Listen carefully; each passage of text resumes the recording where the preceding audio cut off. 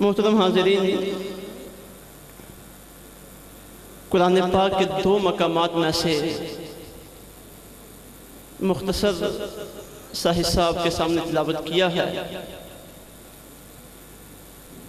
Time تقریباً میرے پاس 1 گھنٹہ ہے، یعنی 1:30-35-40 تک، اور موضوعات آج جو میرے ذمہ ہیں وہ 2 ہیں۔ ایک ہے محبت الہی اور اس کے ثمرات، اور دوسرا ہے زکوٰۃ کے مسائل۔ یہ 2 موضوعات ہیں، تقریباً 1 گھنٹہ ٹائم ہے۔ میں کوشش کروں گا کہ پہلے محبت الہی والے موضوع پر کچھ باتیں کر کے پھر زکوٰۃ کی طرف آؤں اور کچھ مختصر سا بیان، اور جو اہم مسائل ہیں وہ اس کے بیان ہو جائیں۔ اور یہ دونوں موضوعات ہمارے اعتکاف کے شیڈول میں بھی شامل ہیں۔ سب سے پہلے محبت الہی کا جو تعارف ہے وہ آپ اپنے ذہن میں رکھیں کہ اللہ رب العزت ساری کائنات کا خالق و مالک ہے، اور کائنات کا اپنے مالک کے ساتھ جو تعلق ہے وہ محبت کی بنا پر قائم ہے، وہ چاہت اور عشق کی بنا پر قائم ہے۔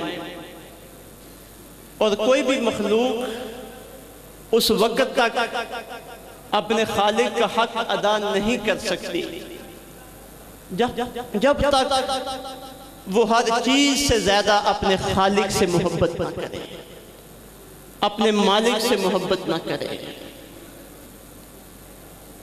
اس معاملے کو آپ ایک چھوٹی سی مثال کے ذریعے سمجھ لیں کہ ہمارا دنیا کا قاعدہ و قانون ہے، اور انسانی عقل بھی اس بات کا تقاضا کرتی ہے کہ کوئی جب کسی پہ کرم کرے، کوئی کسی پہ جب انعام کرے، تو اب عقل کا، مروت کا، انسانی فطرت کا، انسانیت کا تقاضا یہ ہے کہ جس پہ انعام ہو رہا ہے وہ انعام کرنے والے کا شکریہ ادا کرے۔ اس کا جو منعم ہے وہ اس کے سامنے تشکر کے جذبات رکھے۔ انسان تو انسان رہے۔ یہ معاملہ حیوانوں کے اندر بھی موجود ہے۔ کسی بھینس کو آپ لے لیں، کسی گائے کو لے لیں، کسی بکری کو لے لیں، وہ پیاسی ہو، بھوکی ہو، آپ اس کے سامنے پانی رکھ دیں، گھاس رکھ دیں، جب وہ کھائے گی اس کے پیٹ کی پیاس، اس کے پیٹ کی بھوک بجھے گی۔ کبھی یہ تجربہ کر لینا، جب اس کے اندر خوبصورتی کی کیفیت آئے گی، وہ سیر ہو جائے گی، تو وہ آپ کی طرف بڑے شکر انداز آنکھوں سے دیکھے گی۔ اس کی آنکھوں میں شکر ہوگا، تشکر ہوگا، یعنی پتہ چلا کہ یہ شکر کا جذبہ اللہ رب العزت نے حیوانوں میں بھی رکھا۔ حیوان بھی اپنے مالک کا، جو ان کا مجازی مالک ہے، حقیقی مالک تو اللہ ہے، جو مجازی مالک انہیں رزق دیتا ہے، انہیں کھانا دیتا ہے، انہیں گھاس دیتا ہے، انہیں پانی دیتا ہے، حیوان بھی اس کا شکر ادا کرتے ہیں۔ اپنی آنکھوں کے جو تشکرانہ جذبات ہوتے ہیں وہ اس کے سامنے بچھاتے ہیں۔ تو جب حیوانوں کا یہ عالم ہے تو انسان تو اشرف المخلوقات ہے۔ انسان پہ کوئی بھی کرم کرے، اسے کھانا کھلائے، اسے پانی دے، اس کی راحت کا بندوبست کرے، اس کے سکون کا بندوبست کرے۔ اب انسانی عقل یہ تقاضا کرتی ہے کہ جو بندے پہ نعمت کر رہا ہے اس کا شکریہ ادا کیا، اس کا شکریہ ادا کیا جائے، اس کے سامنے اپنے سر کو جھکایا جائے، اس کے سامنے تشکر کے جذبات رکھے جائے۔ یہ کس کا تقاضا ہے؟ انسانی عقل کا، انسانی شعور کا۔ بس جی شکر ادا کرنا چاہیے۔ اب جو انسانی عقل ہے، یہ بات آپ نے یاد رکھنی ہے کہ یہ مکمل نہیں ہے، یہ بندے کو چاہیے تک لے کے آتی ہے۔ کسی نے ہم پہ کرم کیا، یہ زمین، یہ آسمان، یہ بادشاہیں، یہ دھوپیں، یہ کھانے کا نظام، یہ سارے کے سارے معاملات، یہ ایک مالک نے یہ سارے کے سارے کرم کیے ہیں۔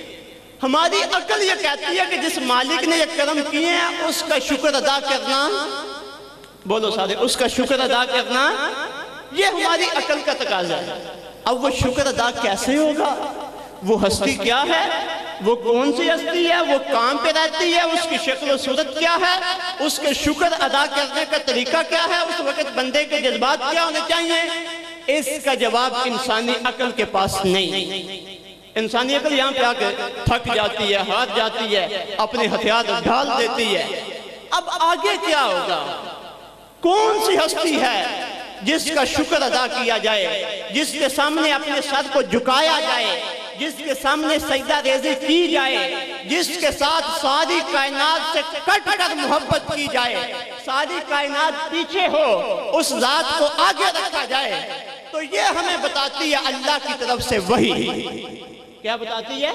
وحی۔ اور وحی کی شکل میں قرآن پاک ہمارے پاس موجود ہے، آقا علیہ السلام کی احادیث طیبات موجود ہے۔ جب ہماری عقل یہاں تک آ گئی کہ جس ہستی نے یہ سارے کا سارا نظام بنایا ہے اس کا شکریہ ادا کرنا چاہیے، اس کے سامنے اظہار تشکر کرنا چاہیے، تو پھر جو وحی کی طرف سے پیغام آیا اور پھر قرآن کی طرف سے جو ہمیں ہدایت آئی، سورہ البقرہ ہے، آیہ نمبر 21، اللہ رب العزت کی طرف سے ارشاد ہوتا ہے، یا ایھا الناس اعبدوا ربکم الذی خلقکم، اے لوگو عبادت کرو اس رب کی، اے لوگو جھک جاؤ اس رب کے سامنے جس رب نے تمہیں پیدا فرمایا۔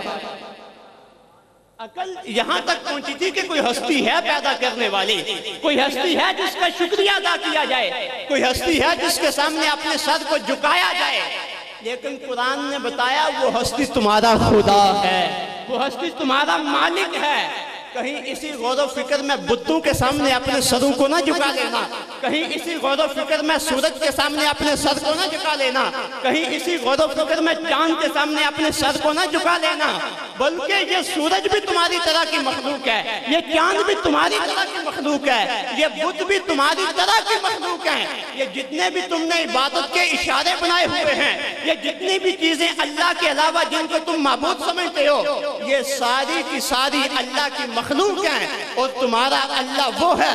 سورہ الجاثیہ کی آیہ نمبر 13 میں فرمایا گیا کہ تمہارا مالک وہ ہے جو چاند کو بھی پیدا کرنے والا ہے، جو سورج کو بھی پیدا کرنے والا ہے، جو زمین کو بھی پیدا کرنے والا ہے، جو آسمانوں کو بھی پیدا کرنے والا ہے، اور صرف پیدا کرنے والا نہیں، اس نے یہ ساری کی ساری مخلوقات پیدا کر کے فرمایا وَسَخَّرَ لَكُم مَّا فِي السَّمَاوَاتِ وَمَا فِي الْأَرْضِ جَمِيعًا مِّنْهُ، فرمایا لوگو اس زمین و آسمان کے اندر جو کچھ بھی ہے یہ سارے کا سارا میں نے تمہاری خدمت کے لیے پیدا کیا۔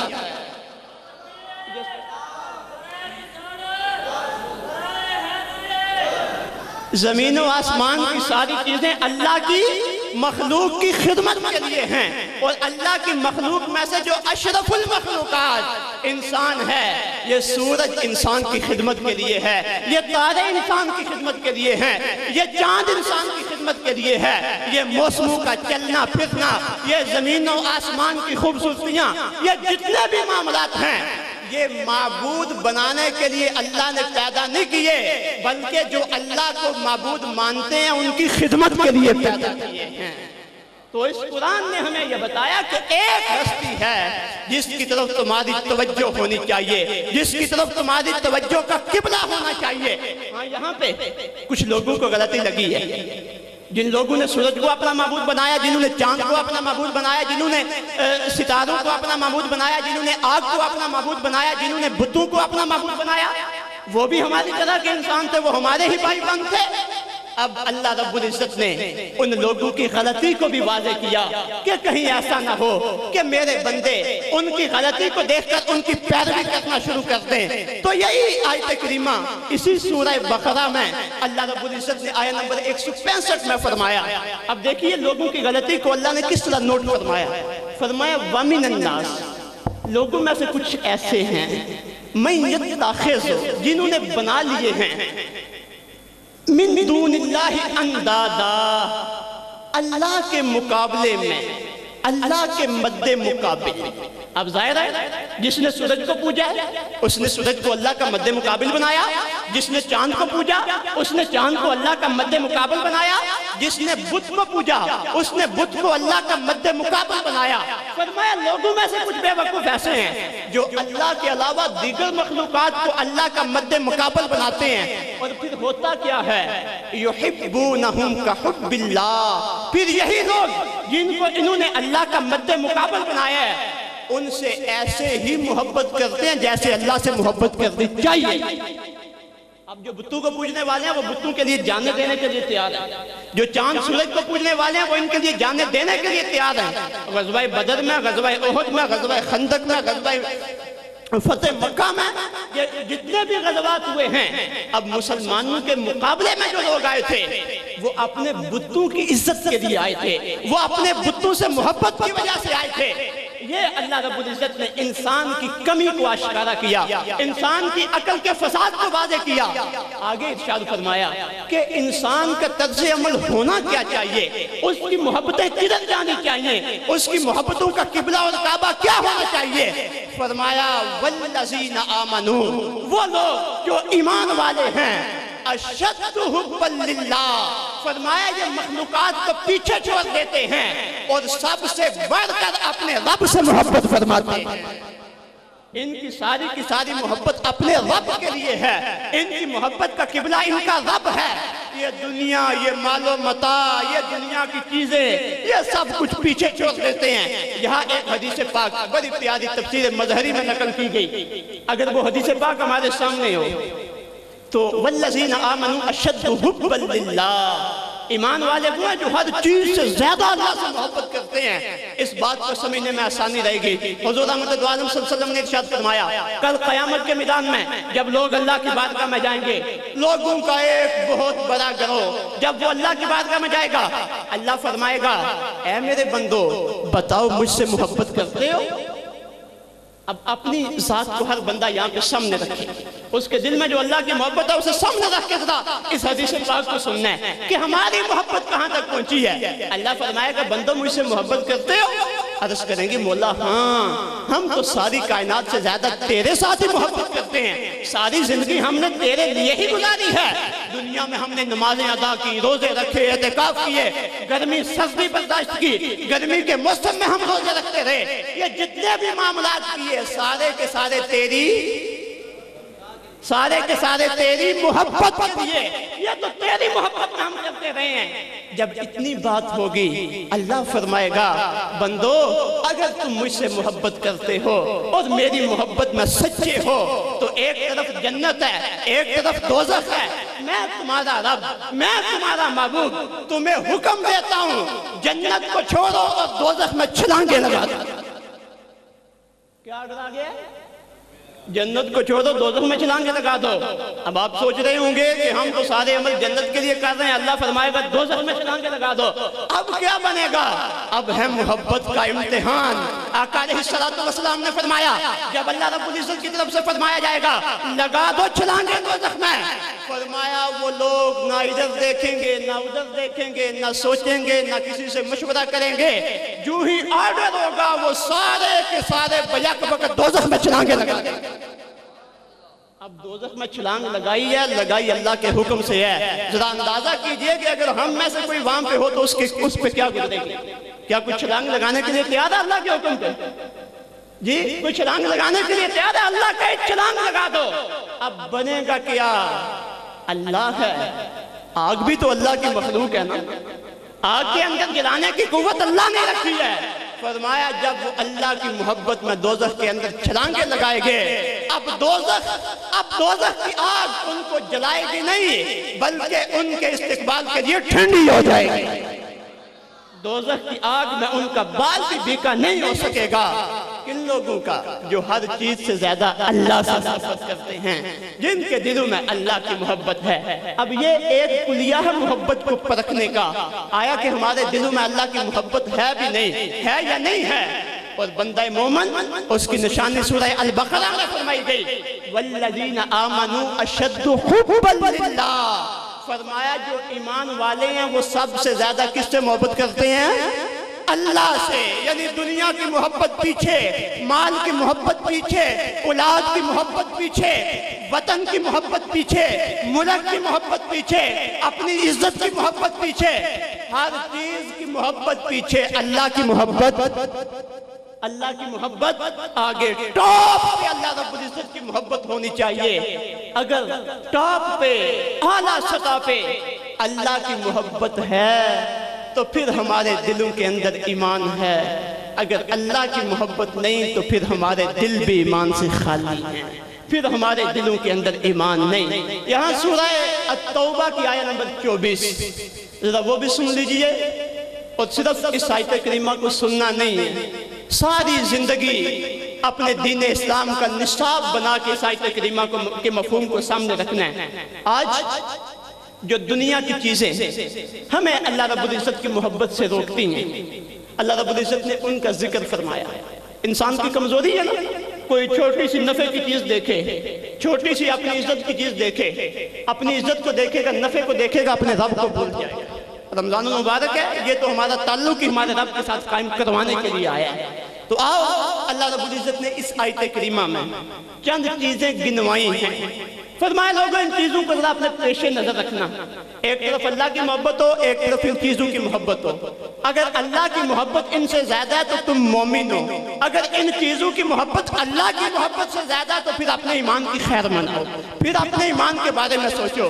فرمایا قل، اے محبوب صلی اللہ علیہ وسلم فرما دیجئے، ان کان آباؤکم، اگر تمہارے باپ، و ابناؤکم تمہارے بیٹے، و اخوانکم تمہارے بھائی، و ازواجکم تمہاری بیویاں یا بیویوں کے شوہر، و عشیرتکم اور تمہارا قبیلہ، ذرا گنتے جائیے ان ساری باتوں کو، و اموال اقترفتموہا تمہارے وہ مال جو تم نے کما کے رکھے ہوئے ہیں، و تجارت تخشون کسادہا تمہارا وہ مال تجارت جس کے نقصان کا تمہیں خوف لگا رہتا ہے کہ کہیں میری دکانداری کم نہ ہو جائے، کہیں مجھے اپنے مال تجارت میں نقصان نہ ہو جائے، وَمَسَاكِنَ تَرْضَوْنَهَا وہ تمہارے گھر جو بڑے خوبصورت تم نے تعمیر کر کے رکھے ہوئے ہیں، بڑی بڑی کوٹھیاں، بڑے بڑے بنگلے سجا کے تم نے رکھے ہوئے ہیں، فرمایا یہ ساری کی ساری چیزیں انہیں اپنے پیش نظر رکھنا، اپنے ذہن میں ترکھری کے دو ترازو، دو پارٹ بنا لینا، ایک ترازو قائم کر لینا، ایک ترازو میں یہ چیزیں رکھ لینا۔ پھر دہرا دیتا ہوں، تمہارے باپ، تمہارے بیٹے، تمہارے بھائی، تمہاری بیویاں، تمہارا خاندان قبیلہ، تمہاری برادری، تمہارے مال، تمہاری تجارت، تمہاری گاڑیاں، تمہارے گھر، ایک سائیڈ پہ انہیں رکھ لو، ایک سائیڈ پہ رکھو اللہ کی محبت کو، اللہ کے رسول کی محبت کو، جہاد کی محبت کو۔ اب ان کا موازنہ کرو، احب الیکم من اللہ ورسولہ وجہاد فی سبیلہ، فرمایا اگر یہ ترازو دنیا کی محبت والا یہ اللہ کی محبت سے بڑھ گئے، اللہ کی محبت کا ترازو نیچے آ گیا، یہ ترازو اوپر چلا گیا، یہ بڑھ گیا، اللہ کی محبت سے، اللہ کے رسول کی محبت سے، اللہ کے راستے میں جہاد کرنے کی محبت سے، یہ ترازو اوپر ہو گیا، دنیا کی محبتوں والا، اللہ کی محبت والا نیچے ہو گیا۔ فرمایا فتربصوا چلے جاؤ، دفع ہو جاؤ، انتظار کرو، حتیٰ یاتی اللہ بامرہ یہاں تک کہ تم پہ اللہ کا عذاب نازل ہو جائے۔ کیا ہو جائے؟ اللہ کا عذاب نازل ہو جائے۔ اب ذرا ذہنوں میں سجائیے ان دونوں سائیڈوں کو، ایک طرف دنیا کی ان چیزوں کی محبت، ایک طرف اللہ کے رسول اور جہاد کی محبت۔ فرمایا اگر یہ محبت بڑھ گئی، یہ محبت نیچے آ گئی، فرمایا اب تم اس قابل نہیں ہو کہ اللہ تمہیں منہ لگائے، اب تم اللہ کی بارگاہ میں آنے کے قابل نہیں ہو، چلے جاؤ، پہلے جا کر معافی مانگو۔ کیا کرو؟ بولو سارے، کیا کرو؟ معافی، توبہ کرو، اپنے ایمان کی تجدید کرو، اب دوبارہ پلٹ کے آؤ۔ ان چیزوں کی محبت نیچے ہونی چاہیے، اللہ کی محبت اوپر ہونی چاہیے۔ جب یہ چیزیں نیچے آ گئی، اللہ کی محبت اوپر آ گئی، پھر تم دنیا میں بھی کامیاب ہو جاؤ گے، آخرت میں بھی کامیاب ہو جاؤ گے۔ اللہ کے محبوب بھی بن جاؤ گے۔ بصورت دیگر فرمایا واللہ لا یہدی القوم الفاسقین، اللہ فاسق لوگوں کو ہدایت عطا نہیں فرماتا۔ تو حضرات گرامی، یہ وہ قرآنی اصول ہے، یہ وہ قرآنی ترازو ہے جو اللہ کی محبت کے بارے میں ہمیں دیا گیا ہے کہ ہر بندہ اپنے دل میں جھانک کے دیکھے کہ میرے دل میں میرے رب کی کتنی محبت ہے، میں اپنے رب کو کتنا چاہتا ہوں۔ اور پھر محبت کا اندازہ اس وقت ہوتا ہے جب اللہ کا حکم آ جائے، اللہ کا پیغام آ جائے، پھر اس وقت دیکھا جائے گا کہ کوئی کتنا اپنے رب کو مانتا ہے، کوئی کتنا اپنے رب سے محبت کرتا ہے۔ اور پھر وہ لوگ جنہوں نے اپنے رب سے محبت کی ہے اور وہ ہمارے لیے نمونہ بنے ہیں، ان کا تذکرہ بھی تاریخ میں موجود ہے، سیرت کی کتابوں میں ان کے تذکرے بھی موجود ہیں، اور وہ ہمارے لیے نمونہ عمل ہیں۔ آؤ دو تین باتیں میں آپ کے سامنے رکھتا ہوں کہ اللہ سے محبت کیسے کرنی چاہیے۔ سیرت ابن حشام میں آقا علیہ السلام کے ایک صحابی ہیں حضرت صہیب رومی رضی اللہ تعالیٰ عنہ، یہ روم سے چلے تھے، چلتے چلاتے مدینہ مکہ مکرمہ پہنچے ہیں۔ اللہ رب العزت نے کرم نوازی فرمائی، کلمہ پڑھا اور دائرہ اسلام میں داخل۔ اب مکی زندگی میں حضور علیہ السلام کے 12 سال ہیں۔ جب مکی زندگی کا اختتام ہوا، حکم ہوا اے محبوب اپنے سارے لوگوں کو مدینے میں جمع کرو۔ اب ہجرت کا حکم آ گیا، سارے مسلمان اپنی اپنی حیثیت کے مطابق انہوں نے ہجرت کی ہے۔ کوئی چھپ کے نکلا ہے، کوئی حضرت عمر فاروق کی طرح اعلانیہ نکلا ہے، کوئی حضور کے انتظار میں ہے۔ ہجرت ہوتی جا رہی ہے، یہ لوگ اپنی جائیدادیں، اپنے مال، اپنے رشتہ دار، اپنے بیٹے، اپنی بیویاں جو بھی بن پڑا وہیں پہ چھوڑا اور تنہا مدینے کی طرف جا رہے ہیں۔ حضرت صہیب رومی، مکے میں آپ کی تجارت تھی، بڑا وسیع کاروبار تھا۔ جب انہوں نے ہجرت کا ارادہ کیا تو مشرکین مکہ نے آگے بڑھ کر انہیں روک لیا، کہا صہیب کدھر جاتے ہو؟ کہنے لگے میں مسلمان ہوں، میرے رب کی طرف سے ہجرت کا حکم آیا ہے، میں مکے کو چھوڑ کر مدینے جا رہا ہوں۔ کہنے لگے ٹھیک ہے صہیب چلے جاؤ، تمہاری ہجرت پہ ہمیں اعتراض نہیں ہے، لیکن یہ جو تمہارا تجارتی مال ہے نا، یہ ہم تمہیں لے کے نہیں جانے دیں گے۔ اس نے کہا وہ کیوں؟ کہنے لگے تو مہاجر تھا، وہ کہاں روم سے چلا تھا ادھر آیا، یہ کاروبار تو ہم نے تیرا چمکایا تھا، ہم نے تیرے دکان سے سوتے خریدے تھے، یہ مال تو نے مکے میں آ کے کمایا ہے، کوئی پیچھے سے تو تمہیں لے کے آیا۔ اب تیرے لیے 2 شرطیں، اب مال بھی لاکھوں کا تھا، اس وقت کا جتنا بھی پیسے کا معیار تھا۔ کہا اب تیرے لیے 2 آپشن ہیں، یا ہجرت نہ کر، مکے میں ہی بیٹھا رہے، اور اگر ہجرت کرنی ہے تو سارے کا سارا تیرا مال یہی رہے گا، ہمارے قبضے میں رہے گا، اور تجھے اکیلے بے سر و سامانی کی عالم میں ہجرت کر کے جانا۔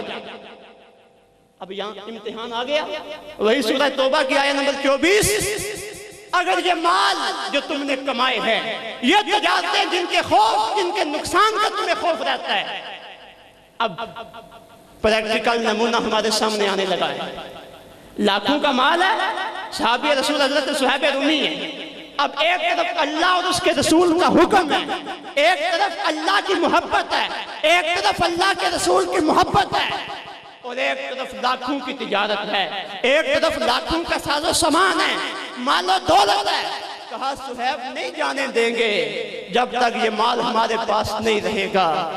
اب حضرت صہیب رومی نے فیصلہ کیا کیا، فرمانے لگے اے مشرکین مکہ، میں وہ آدمی نہیں ہوں جو مال کی محبت میں اپنے رب کی نافرمانی کر جاؤں، جو مال کی محبت میں اپنے رسول کی نافرمانی کر جاؤں، یہ مال تمہارے پاس ہی رہے، اللہ مجھے اور عطا فرمائے گا، میں جا رہا ہوں مدینے کے۔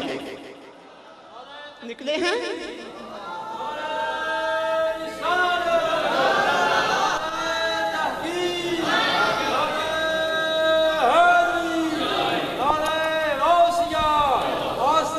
حضرت صہیب رومی نکلے ہیں بے سر و سامانی کے عالم میں۔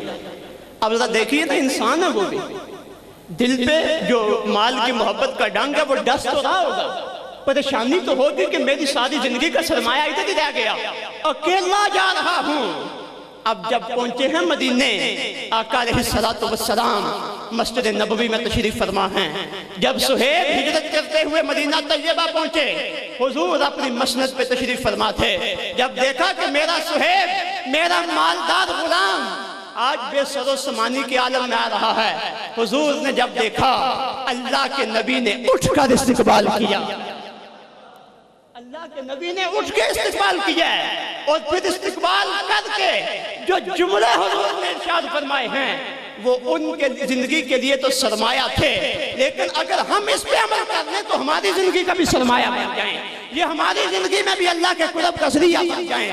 حضور صحابہ سے فرمانے لگے، اے صحابہ، میرا سہیب بہت بڑا تاجر ہے، اس نے بڑی بڑی تجارتیں کی ہیں، بڑے نفع کمائے ہیں، لیکن خدا کی قسم مکے سے آتے وقت یہ جو تجارت کر کے آیا ہے اور جتنا نفع کما کے آیا ہے، اس سے زیادہ نفع اس سے پہلے کبھی اس نے کمایا ہی نہیں، یہ بہت بڑا نفع کما کے آیا ہے۔ اب ہمارے ذہنوں میں یہ سوال ہے، وہ تو بے سر و سمانی کے عالم میں گئے تھے، کہاں تھا نفع ان کا؟ تو اللہ رب العزت ارشاد فرماتے ہیں، یہ سورہ آل عمران ہے، جب لوگوں کو یہ معاملہ بن جائے، فرمایا قُلْ أَعُنَبِّئُكُمْ بِخَيْرٍ مِّن ذَلِكُمْ، لوگوں آؤ اس دنیا کے مال سے زیادہ بہتر چیز میں تمہیں بتاؤں، تمہاری رہنمائی کروں۔ جب تم پھنس جاتے ہو نا، ایک طرف اللہ کی محبت ہے، ایک طرف دنیا کی محبت ہے، تم دنیا کی محبت کو نقصان پہنچا دیتے ہو لیکن اللہ کی محبت پہ حرف نہیں آنے دیتے۔ فرمایا یہ نہ سوچا کرو کہ ہم تو مارے گے، ہمارا تو نقصان ہو گیا۔ فرمایا قُلْ أَعُنَبِّئُكُمْ، لوگوں آؤ میں تمہیں خبردار کروں، آؤ میں تمہیں آگاہ کروں، بِخَيْرٍ مِّن ذَلِكُمْ، ان لوگوں کے لیے جنہوں نے اپنے مال کو ٹھوکر ماری ہے، جنہوں نے عزت کو اللہ کے لیے ٹھوکر ماری ہے۔ فرمایا اس مال سے بھی بہتر چیز میں تمہیں بتاتا ہوں، اس عزت سے بھی بہتر چیز میں تمہیں بتاتا ہوں، لِلَّذِينَ اتَّقَوْا عِندَ رَبِّكُمْ، ان لوگوں کے لیے جنہوں نے تقوی اختیار کیا ان کے رب کے پاس۔ اب وہ چیز کیا ہے جو مال سے بھی بہتر ہے، جو دنیا کی رشتہ داریوں سے بھی بہتر ہے، جو دنیا کی عزتوں سے بھی بہتر ہے؟ فرمایا آؤ میں تمہیں بتاؤں، آؤ میں تمہیں اس کی طرف لے کے چلوں۔ فرمایا جنات تجری من تحتها الانہار، تمہارے رب کی وہ جنتیں جن کے دامن میں نہریں بہہ رہی ہیں، جنہیں اللہ نے نہریں بہا کر سجایا ہے۔ آگے فرمایا خالدین فیہا، یہ دنیا کا مال تو آج کسی کے ہاتھ میں ہے، کل اس کے ہاتھ میں ہے، کل چوتھے کے ہاتھ میں ہے، پرسوں پانچویں کے ہاتھ میں ہے۔ فرمایا ان چیزوں کو ٹھوکر مار کے اللہ کے لیے، اللہ کے رسول کے لیے جب تم اللہ کی بارگاہ میں جاؤ گے، پھر وہاں تمہیں جو عزتیں ملیں گی وہ دائمی ہوں گی، وہ چند وقت کے لیے نہیں ہوں گی، محدود مدت کے لیے نہیں ہوں گی۔ فرمایا خالدین فیہا، وہاں تمہیں ہمیشہ رہنا، وہاں سے تمہیں نکالا نہیں جائے گا۔ آگے فرمایا وَأَزْوَاجٌ مُطَهَّرَةٌ، اور وہاں تمہارے لیے بڑی پاک باز بیویاں ہوں گی۔ آگے فرمایا وَرِضْوَانٌ مِّنَ اللَّهِ، اور وہاں تمہارے لیے تمہارے رب کی رضا بھی ہوگی، تمہارے رب کا راضی ہونا بھی ہوگا۔ یہ رضا رب کیا ہے؟ صحیح بخاری کی حدیث پاک ہے، جنت کے باب میں یہ حدیث پاک آئی ہے۔ فرمایا جب جنتی جنت میں چلے جائیں گے، جنت کی نعمتیں، جنت کے کھانے، جنت کی زندگی کی لذتیں، جنت کی زندگی کا حسن و جمال، فرمایا وہ ساری چیزیں جب جنتیوں کو مل جائیں گے، اللہ رب العزت نزول فرمائیں گے۔ اہل جنت سے پوچھے گے، اہل جنت میں نے تمہیں جنت دی ہے، بتاؤ تم میری جنت پہ راضی ہو؟ اہل جنت کہیں گے ہاں مولا، تو نے ہمیں جنت کی اتنی زیادہ نعمتیں عطا فرمائیں، وہ چیزیں عطا فرمائی جو ہمارے حاشیے خیال میں بھی نہیں تھی، تو ہم نے راضی نہیں ہونا؟ اللہ فرمائے گا راضی ہو؟ عرض کریں گے مولا راضی ہیں۔ فرمایا میرے بندو سن لو، اب ایک مزید انعام میں تمہیں دینے لگا، ایک مزید کرم نوازی کرنے لگا ہوں۔ عرض کریں گے مولا جنت کی نعمتوں کے ہوتے ہوئے کوئی مزید کرم نوازی؟ اللہ فرمائے گا ہاں، اللہ فرمائے گا ہاں۔ عرض کریں گے جنتی مولا وہ کیا ہے؟ اللہ فرمائے گا جنت والو گواہ ہو جاؤ، گواہ ہو جاؤ، آج کے بعد میں ہمیشہ کے لیے تم پہ راضی ہو گیا، آج کے بعد میں تم پہ راضی ہو گیا ہوں، اب میری ناراضگی تم کے قریب بھی نہیں آ سکے گی۔ تو پتہ چلا یہ اللہ کی رضا بہت بڑی نعمت ہے، بہت بڑی نعمت ہے۔ اللہ فرماتے ہیں جس نے میری محبت میں آ کر دنیا کو جلا دیا، جب وہ جنت میں آئے گا دیگر نعمتوں کے ساتھ ساتھ میں اسے اپنی رضا بھی عطا فرما دوں گا، اپنی کرم نوازی بھی فرماؤں گا۔ اور پھر آگے فرمایا یہ جو چیزیں ہیں یہ ہر بندے کے لیے نہیں ہیں، بلکہ اللہ کے چند مخصوص بندے ہیں۔ ان کی نشانی کیا ہے؟ وہ بندے ہر وقت اپنے رب کی بارگاہ میں جھکے رہتے ہیں۔ الذین یقولون، وہ لوگ جو یہ کہتے ہیں۔ اب دیکھیے ذرا صفات ان لوگوں کی جنہیں جنت کی نعمتیں بھی ملیں گی اور اللہ کی رضا بھی ملے گی۔ فرمایا الذین یقولون، وہ لوگ جو یہ کہتے رہتے ہیں ربنا، اے ہمارے رب، آمنا، ہم تجھ پہ ایمان لے آئے ہیں، اغفر لنا ذنوبنا، ہمارے رب اگر ہم سے غلطی ہو جائے تو ہمیں معاف فرما دینا، وقنا عذاب النار، اور ہمیں دوزخ کے آگ سے بچائے رکھنا۔ یہ چھوٹی سی بات ہے۔ جب ہم دعائیں مانگتے ہیں نا ربنا آتنا فی الدنیا حسنہ، تو ہماری توجہ نہیں ہوتی۔ آقا علیہ السلام ارشاد فرماتے ہیں کہ یہ سب سے بڑی دعا ہے، سب سے بڑی دعا۔ اے اللہ میری دنیا بھی بہتر فرما، اللہ میری آخرت بھی بہتر فرما، اور مجھے دوزخ کے عذاب سے نجات عطا فرما۔ بڑی عظیم شان دعا ہے۔ فرمایا یہ نعمتیں ان لوگوں کو ملیں گی جو ایمان لائے، جنہوں نے اپنے گناہوں کی بخشش اپنے رب سے مانگی اور دعائیں مانگتے رہے اللہ ہمیں دوزخ کے عذاب سے نجات عطا فرما۔ تو دوزخ سے پناہ مانگتے رہنا یہ بھی اللہ کی بڑی کرم نوازی ہے۔ تو حضرات گرامی، یہ جو آیات طیبات ہیں، یہ جو قرآن کا پیغام ہے، یہ ہمارے دلوں پہ دستک دیتا ہے کہ لوگوں یہ دنیا کی محبتیں عارضی ہیں، ان محبتوں سے اپنا دامن بچاؤ اور اپنی محبت کا تعلق اپنے رب کے ساتھ استوار کرو، اپنے رب کے ساتھ قائم کرو۔ حضرت رابعہ بصریہ رحمت اللہ تعالی علیہ، یہ پاک بی بی ہمارے لیے بہت زیادہ نمونہ ہے، اللہ کی محبت کا پریکٹیکل نمونہ۔ حضرت مالک بن دینار فرماتے ہیں، تذکرۃ الاولیاء کے اندر یہ بات موجود ہے۔ اب فرماتے ہیں کہ میرے دل میں ایک دن خیال پیدا ہوا کہ کیوں نہ رابعہ بصری کی بارگاہ میں جاؤں، ان سے جا کے دعا کرواؤں۔ کہتے ہیں میں گیا، دیکھا وہ نماز ادا کر رہی ہے، جو ان کا مصلی ہے وہ ٹوٹا ہوا ہے، پتھر کا مصلی تھا جس پہ انہوں نے سجدہ ریزی کرنی تھی، وہ ٹوٹا ہے، اور اس کے جو ریزے تھے پتھر کے ریزے ان کی آنکھوں میں پڑے اور آنکھوں کے اندر سے خون بھی جاری ہے، ان کا جو وضو کرنے کا لوٹا وہ بھی ٹوٹا ہوا ہے، جو پانی پینے کا پیالہ اس کی بھی حالت کوئی نہیں۔ میں بیٹھ گیا، مائی صاحبہ نماز میں، جب نماز سے فارغ ہوئی میں نے عرض کی مائی صاحبہ اگر اجازت ہو تو میں آپ کے لیے ایک نیا مصلی بنوا دیتا ہوں۔ دیکھو نا یہ آپ کا مصلی ٹوٹا ہے، جب آپ سجدے میں جاتی ہیں تو اس کے ذرے آپ کی آنکھوں میں پڑتے ہیں، دیکھو آپ کی آنکھوں میں خون بھی موجود ہے، آپ کا پیالہ بھی ٹوٹا ہوا ہے، آپ کا لوٹا بھی ٹوٹا ہوا ہے۔ حضرت مالک بن دینار کہتے ہیں کہ جب میں نے اتنی بات کہی تو حضرت رابعہ بصریہ غصے میں آ گئی، فرمانے لگی مالک تجھے حیا نہیں آتی؟ میرا تعلق جو میرے رب سے بنا ہوا ہے وہاں سے ختم کروا کر تو دنیا کے ساتھ لگا جاتا ہے۔ میں نے کہا مائی صاحبہ تمہارا جسم اس کے اندر سے خون آ رہا ہے، تمہاری آنکھیں اس مصلی کی وجہ سے زخمی ہو چکی ہیں۔ کہا کہاں ہے خون؟ میں نے کہا ذرا اپنی آنکھ پہ ہاتھ پھیریے۔ انہوں نے ہاتھ پھیرا، خون کے قطرے ان کے ہاتھ پہ لگے ہوئے تھے۔ کہنے لگے یہ خون کہاں سے آ گیا؟ میں نے کہا آپ کو محسوس نہیں ہوا کہ یہ خون جب ذرے آپ کی آنکھوں کے اندر گئے تھے، جب پتھر کے ٹکڑے آپ کی آنکھوں کے اوپر پڑے تھے، اس وقت یہ خون آیا ہے؟ حضرت رابعہ بصریہ کا جواب سنیے اور محبت الہی کا کمال دیکھیے۔ رابعہ بصریہ کہنے لگی مالک بن دینار خدا کی قسم میں اپنے رب کی عبادت میں اتنی کھوئی ہوئی تھی کہ مجھے پتہ ہی نہیں چلا کہ یہ خون کہاں سے آیا، یہ زخم کہاں پہ ہے، یہ مصلی کیا ہے، یہ لوٹا کیا ہے، یہ برتن کیا ہے۔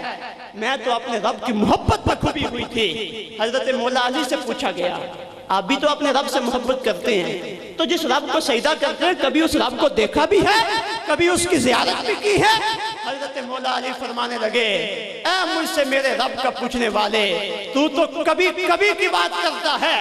علی تو وہ ہے جس رب سے محبت کرتا ہے، جس رب سے محبت کا دعوے دار ہے، جب مسلح نماز میں آتا ہے، جب اپنے سر کو اپنے رب کی بارگاہ میں جھکاتا ہے، خدا کی قسم اس وقت تک سجدے سے سر اٹھاتا ہی نہیں جب تک اپنے رب کا دیدار نہ کر لے۔ اپنے رب کا دیدار کرتا ہے تو پھر سجدے سے اپنے سر کو اٹھاتا ہے۔ حضرات گرامی، یہ ہے اللہ کی محبت۔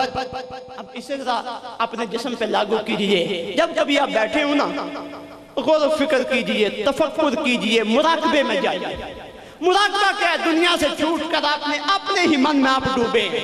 ہر بندہ یہ سوچے، چاہے وہ اعتکاف والا، چاہے اعتکاف کے باہر کا ہے، جب کہیں بیٹھا ہو تو سوچے کیا میرے دل میں میرے رب کی محبت ہے؟ کیا میں اپنے رب کو ہر وقت اپنے پاس دیکھ رہا ہوں؟ کیا میں ہر وقت اپنے رب کی پناہ میں ہوں؟ کیا ہر وقت میرے رب کا سایہ رحمت میرے سر پہ ہے؟ یہ وہ فکر ہے جو بندے کو اللہ کی بارگاہ کا محبوب بناتی ہے، جو اللہ کی بارگاہ کے قریب لے کے جاتی ہے۔ ہر بندہ سوچے، کسی وقت وہ بیٹھ جائے، سوچے میرے دل میں میرے رب کی محبت کتنی ہے۔ اور جب رب کی محبت ہو جائے گی، رب کی محبت کا لازمہ ہے کہ ایسا ممکن ہی نہیں رب کی محبت ہو، رب کے رسول کی محبت۔ رب کی محبت آئی ہی رسول کی محبت کے راستے سے ہے، رسول نے ہی اللہ کا راستہ ہمیں بتایا ہے۔ اب آخر میں دو احادیث طیبات محبت الہی کے حوالے سے۔ گرمی بہت ہے، میری صورتحال بھی آپ کے سامنے کس طرح پسینہ جا رہا ہے۔ اگر آپ میں سے کچھ لوگوں نے کھجور کا روزہ رکھا ہے تو میں نے بھی کھجور کا ہی روزہ رکھا ہوا ہے۔ مجھے بھی گرمی لگ رہی ہے، آپ کو بھی گرمی لگ رہی ہے، لیکن بیٹھے کس کی محبت میں؟ اللہ کی محبت میں بیٹھے ہیں، اور جو بھی وعظ و نصیحت کر رہے ہیں اللہ کی محبت میں سنتے جا رہے ہیں۔ اب دو احادیث طیبات، یہ اس قابل ہے کہ ہر بندہ انہیں زبانیں یاد کر لے۔ بڑی توجہ رکھیے گا اور ان احادیث طیبات کو اپنی زندگی کا نصاب بنائیے گا۔ سب سے پہلی حدیث پاک شعب الایمان کی ہے، امام بحقی رحمۃ اللہ تعالی علیہ نے اسے نقل فرمایا۔ حضرت عبد الرحمن بن ابی قراد رضی اللہ تعالی عنہ اسے روایت کرتے ہیں، حضور تشریف فرما تھے، حضور نے وضو فرمایا۔ صحابہ اکرام نے جب دیکھا کہ حضور وضو فرما رہے ہیں، اب جو صحابہ کی حضور سے محبت ہے اس کا تو اندازہ لگانا ہی ممکن نہیں ہے، وہ تو اندازے سے باہر ہے۔ اب صحابہ آئے ہیں، حضور کے وضو کا پانی گرتا جا رہا ہے، اللہ کے نبی کے صحابہ نے آگے اپنے ہاتھوں کو بچھا دیا ہے، وضو کے پانی کو زمین پہ نہیں گرنے دیتے، ادھر سے پانی آتا ہے، صحابہ اسے اپنے ہاتھوں پہ ملتے ہیں اور اپنے چہروں پہ مل لیتے ہیں، اپنے جسم پہ ملتے جا رہے ہیں۔ اب اتنی بات تو آپ نے بہت مرتبہ سنی ہے، لیکن میں اس سے آگے کی بات آپ کو سنانے لگا ہوں جو اس سے پہلے آپ نے نہیں سنی یا بہت کم سنی۔ ایک دو مرتبہ میں نے یہ حدیث پاک اس سے پہلے بھی یہاں پہ بیان کی ہے۔ اب صحابہ حضور کے پانی کو زمین پہ نہیں جانے دیتے، اسے اپنے چہروں پہ ملتے جا رہے ہیں۔ اب یہ ہے محبت الہی کا تقاضا کہ جس کے اندر اللہ کی محبت ہے اس کا عمل کیسا ہو، اس کی سیرت کیسی ہو، اس کا کردار کیسا ہو۔ جب حضور نے دیکھا نا صحابہ یہ کام کر رہے ہیں، اب یہ کام کوئی ناجائز نہیں تھا، حضور نے منع نہیں فرمایا، صرف ایک بات کی، فرمایا صحابہ ما یحملکم ھذا، یہ بتائیے کہ یہ جو کام تم کر رہے ہو، میرے وضو کا پانی تم اپنے چہروں پہ اپنے جسم پہ ملتے جا رہے ہو، اس کی وجہ کیا ہے؟ تو اللہ کے نبی کے صحابہ نے آگے سے جو جواب دیا، فرمایا حب اللہ و رسولہ، اے اللہ کے نبی آپ کی محبت نے اور اللہ کی محبت نے ہمیں اس بات پہ مجبور کیا ہے کہ آپ کے جسم پہ جو پانی لگ چکا ہے وہ زمین پہ نہ گرے، وہ ہمارے جسموں پہ گرے۔ فرمایا یہی بات ہے؟ عرض کرنے لگے یا رسول اللہ یہی بات ہے۔ فرمایا اچھا اے میرے صحابہ سن لو، اگر تم یہ چاہتے ہو کہ تم اللہ سے بھی محبت کرو، اللہ کے رسول سے بھی محبت کرو، اور اللہ کا رسول تم سے بھی محبت کرے، بندوں کی محبت اللہ سے اور اللہ کے رسول کی محبت بندوں سے۔ فرمایا اگر تم یہ چاہتے ہو کہ اللہ اور اللہ کا رسول تم سے محبت کرے اور تم اللہ اور اللہ کے رسول سے محبت کرو، فرمایا میرے صحابہ پھر 3 کام کیا کرو۔ کتنے کام؟ سارے بولے پیچھے تھا کتنے کام ہیں؟ فرمایا اگر اللہ سے محبت کے دعوے دار ہو اور یہ چاہتے ہو کہ ہمارا رب ہم سے محبت کرے، فرمایا پھر 3 کام کیا کرو۔ عرض کی کہ حضور اگر ہم آپ کے پانی کو بھی زمین پہ گرنے نہیں دیتے تو یہ کیسے ممکن ہے؟ آپ کی زبان سے بات نکلے اور ہم عمل نہ کریں، یہ نہیں ہو سکتا۔ حضور آپ ارشاد فرمائیں، اللہ کے نبی نے 3 کام بتائے ہیں۔ اب 3 کام ہر بندہ اپنے ذہن میں محفوظ رکھے۔ فرمایا سب سے پہلا کام یہ ہے کہ جو بندہ اللہ اور اس کے رسول کے ساتھ محبت کرتا ہے اسے چاہیے کہ جب بات کرے تو سچ بولے۔ کیا کرے؟ بولو سارے، جب بات کرے تو سچ بولے۔ دوسرے نمبر پہ ارشاد فرمایا جو یہ چاہتا ہے کہ اللہ اور اس کا رسول مجھ سے محبت کرے، میں اللہ اور اس کے رسول کے ساتھ محبت کروں، فرمایا جب اس کے پاس امانت رکھی جائے تو وہ امانت کو واپس لوٹائے۔ اور تیسرے نمبر پہ حضور نے ارشاد فرمایا جو بندہ اللہ اور اس کے رسول کے ساتھ محبت کرتا ہے اور جو یہ چاہتا ہے کہ اللہ اور اس کا رسول میرے ساتھ محبت کرے، فرمایا وہ اپنے پڑوسی کو تکلیف نہ پہنچائے۔ کتنے کام ہو گئے؟ 3۔ سب سے پہلے سچ، دوسرے نمبر پہ امانت کی ادائیگی اور تیسرے نمبر پہ پڑوسی کی عزت کا تحفظ۔ فرمایا اسے تکلیف نہ پہنچائے۔ یہ 3 کام آگے۔ فرمایا اگر تم 3 کاموں کو اپنا لو تمہاری بھی اللہ کے ساتھ محبت کامل ہو جائے گی اور تمہارا خدا بھی تمہارے ساتھ محبت فرمائے۔